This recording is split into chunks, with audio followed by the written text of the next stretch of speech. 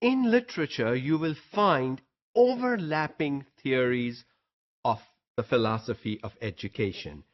And one overlapping theory with the first one that we've looked at so far, idealism, is Perenialism. They are more or less the same with slight modifications or differences. So let's look at Perenialism briefly. The focus is teach ideas that are everlasting, and that's what idealism also says. The great literature, the classics, the old works, the back to basics, all kind of tie in with what Perenialism says is teach ideas that are everlasting. Seek enduring realities which are constant, not changing. And that's what idealism also says. Teach the basics, they don't change. Basics of literature, basics of math, basics of science, basics of geography, all that remain the same. The basics won't change. What you build years later may change depending on newer things that are found, but the basics will still be the same. That's another similarity between Perenialism and idealism. Through great literature, art, philosophy, and religion, the same things that idealists propound, teach the great literature, teach religion, teach philosophy, teach art, teach all those wonderful things. And what Perenialism does is, you teach the same things year after year.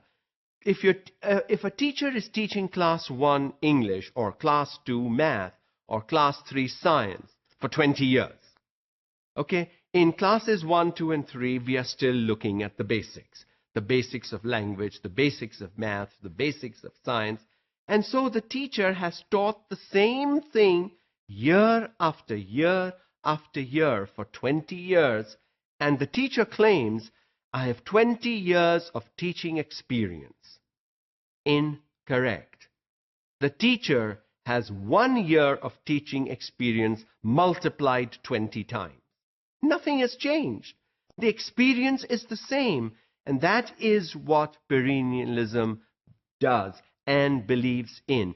Teach the same thing year after year after year. You teach the same thing. Schools begin in August. So in August you start with the first chapter. By the time you come to December and February and May, you're at the same level year after year after year. Nothing changes because a perennialist does not believe in change.